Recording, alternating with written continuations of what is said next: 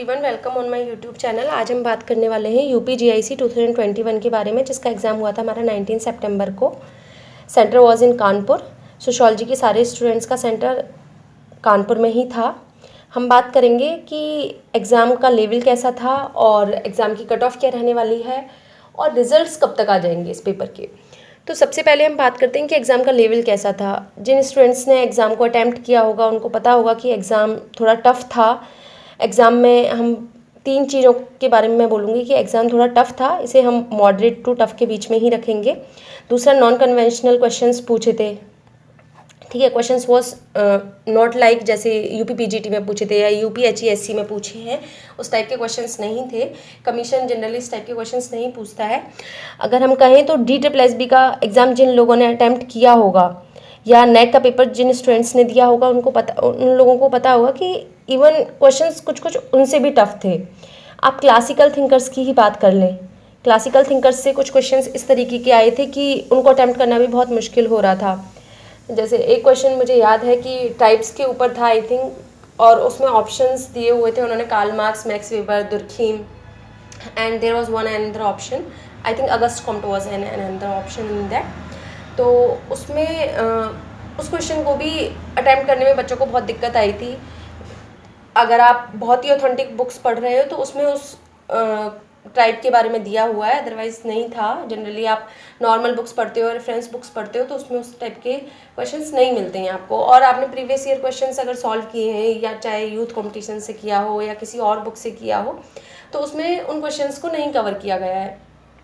Even Haryana PSC का भी paper आपने दिया हो तो हरियाणा पीएससी के पेपर में भी उस टाइप के क्वेश्चंस नहीं थे, तो लेवल वाज क्वाइट टफ, ठीक है। दूसरी बात आती है कि स्पेशली रिसर्च मेथडोलॉजी जिन स्टूडेंट्स ने पढ़ी होगी, मैं आरएम की बात करती हूँ, कि आरएम के क्वेश्चंस बहुत टफ थे। उसमें बहुत दिक्कत हुई थी बच्चों को, क्योंकि जब आप रिसर्च मेथडोलॉजी सोशियोलॉजी को लेकर पढ़ते हैं तो उसमें जनरली आप क्या पढ़ेंगे कि आप ऑब्जर्वेशन, पार्टिसिपेंट ऑब्जर्वेशन, ठीक है, case study, content analysis, interview schedule, questionnaire, आप इनको उठा के पढ़ते हो, ठीक है। थोड़ा बहुत हम टेस्ट के बारे में पढ़ लेते हैं कि काय टेस्ट क्या है, फाई टेस्ट क्या है, ठीक है, स्केल्स के बारे में हम पढ़ लेते हैं।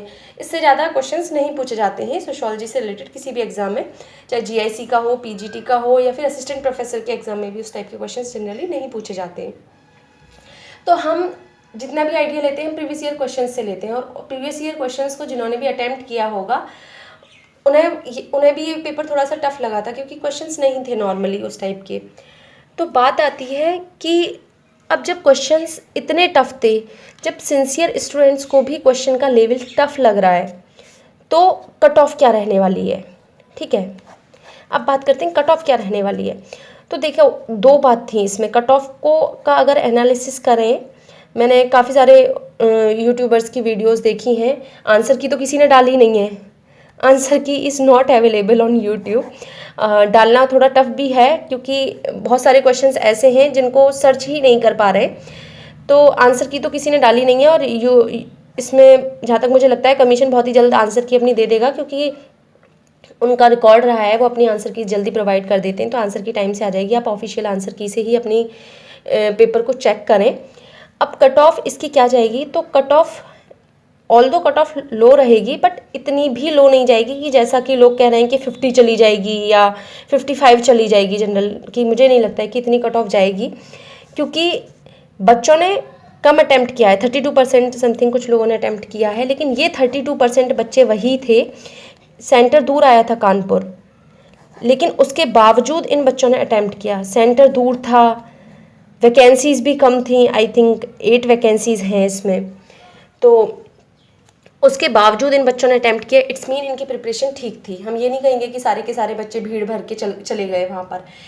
जिन बच्चों की प्रिपरेशन अच्छी थी उन्हीं स्टूडेंट्स ने अटैम्प्ट किया है पेपर को वहाँ जाकर।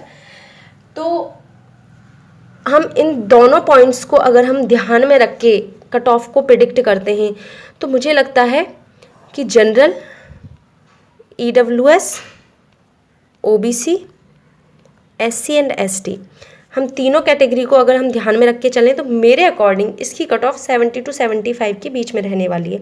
अगर आपका इतना बन रहा है तो आप मेंस की प्रिपरेशन स्टार्ट कर दीजिए।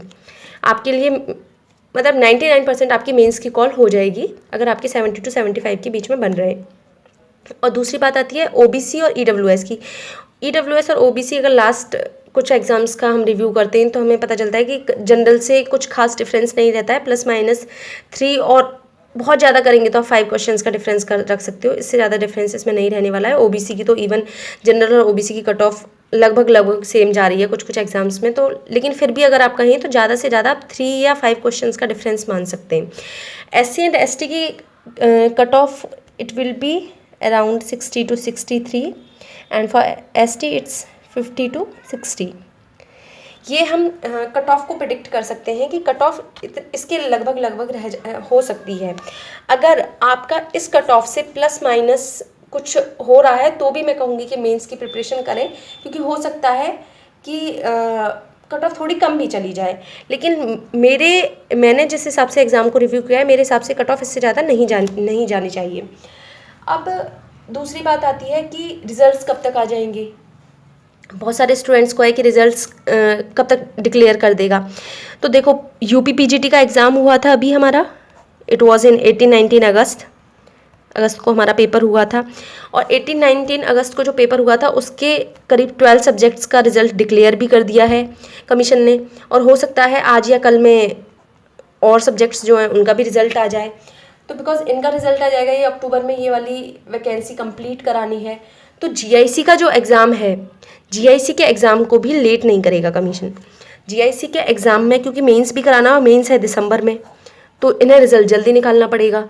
तो मेरे हिसाब से इसका रिज़ल्ट जो है अक्टूबर लास्ट में और नवंबर फर्स्ट वीक में तो आ ही जाना चाहिए इसका रिज़ल्ट, और हो सकता है कि अक्टूबर लास्ट वीक तक ये अपना रिज़ल्ट डिक्लेयर कर दे। तो आप लोग जिनके स्कोर बन रहे हैं वो मेंस की अच्छे से प्रिपरेशन करते रहिए। मेंस में क्योंकि थोड़ा सा टफ भी है, सब्जेक्टिव है, आपको आंसर राइटिंग प्रैक्टिस करनी पड़ेगी, तो उस तरीके से आप प्रैक्टिस करते रहिए। और यूपीएचईएससी का भी पेपर है, उसको भी अगर स्टूडेंट्स ने फॉर्म फिल किया है तो उसका पेपर बहुत जल्द होने वाला है। मैं उसके ऊपर भी एक कंप्लीट वीडियो बनाने वाली हूँ कि किस तरीके से उस एग्ज़ाम को प्रिपेयर करना है, तो आप लोग उस वीडियो को भी देख सकते हैं। मैं बहुत जल्द उस वीडियो को अपलोड कर दूँगी। तो keep watching my videos and motivate होते रहिए, चीज़ों को डिस्ट्रैक्ट मत कीजिए। अगर आपका पेपर ख़राब हो रहा है, अच्छा हो रहा है, तो इस चीज़ पर बहुत ज़्यादा ध्यान मत दीजिए। अगर पेपर ख़राब भी हो रहा है तो उसको वहीं, अब उसमें आप पीछे जाके तो कुछ कर नहीं सकते, तो आगे के पेपर पर थोड़ा फोकस करें और अच्छे से तैयारी करें। अपना ध्यान रखें।